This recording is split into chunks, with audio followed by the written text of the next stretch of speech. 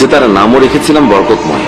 হালিমা রাদিয়াল্লাহু তাআলা বলেন, একবার খরা হয়েছিল, জীবজন্তুরা না খেয়ে মারা যাচ্ছিল, কিন্তু আমার বাচ্চারা যেখানে ছাগল নিয়ে যেত সেই ছাগলগুলো ভরপেট খেয়ে আসতো।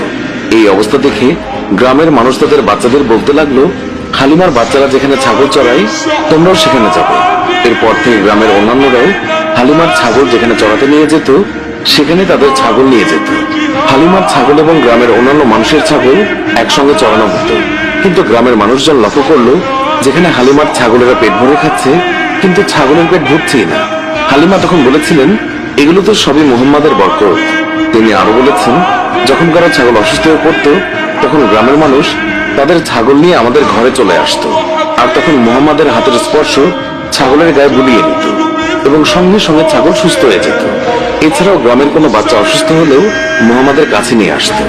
মুহাম্মাদের নরম হাতের স্পর্শে বাচ্চারাও সুস্থ হয়ে যেত। একদিন হালিমার মেয়ে বললেন, মা, আমি মুহাম্মাদকেও ছাগল চড়াতে নিয়ে যেতে চাই। তখন হালিমা বললেন, মুহাম্মাদের এখন মাত্র 3 বছর, বাইরে অনেক রোদ, মুহাম্মাদের মায়াভরা মুখ রোদে পুড়ে যাবে। জঙ্গল দিয়ে হাঁটার সময় হিংস্র প্রাণীরা আক্রমণ করতে পারে, ওকে নিয়ে ছাগল চড়াতে যেও না।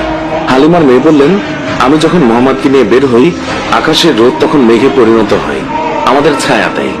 জঙ্গলের হিংস্র পশুরা